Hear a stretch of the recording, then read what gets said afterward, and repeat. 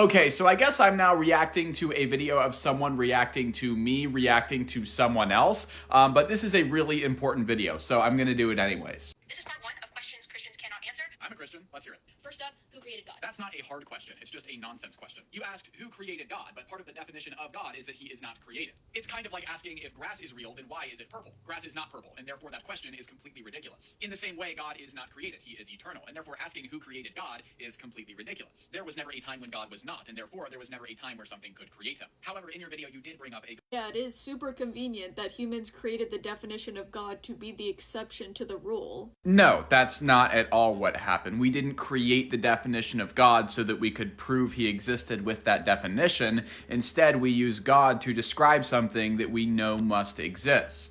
Everybody knows that the universe had a beginning, and there must be something that caused that beginning. And if that thing had a cause, well, then there's a cause that comes before that, and a cause that comes before that, and so on all the way to infinity. There must be something that is uncreated that started the chain of causality, and that thing is what we call God. You realize how ridiculous it sounds when you replace it with something other than God because God is so normalized and this argument is so normalized.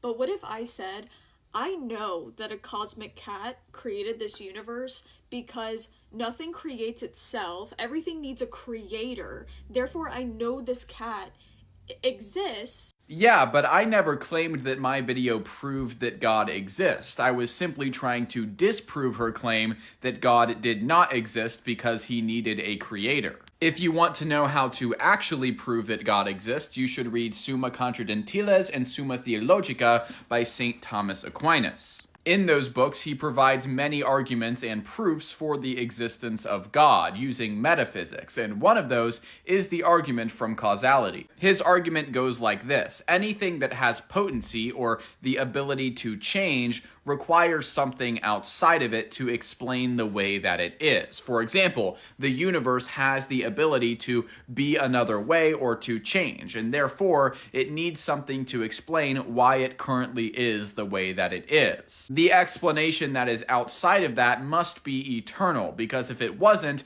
it would have potency, the ability to change or to be created. Therefore, the origin of the universe must be eternal and without potency, meaning that it is pure actuality. Pure actuality entails a lot of things like all-powerfulness, all-knowingness, because again, there is no potency within this being. St. Thomas Aquinas continues to walk us through what this being must be like. It must have abundance of love. It must be 100% good. And eventually, you just end up describing the Christian God. Obviously, I don't have time to go through all of that in this video, but I highly recommend that you read those books.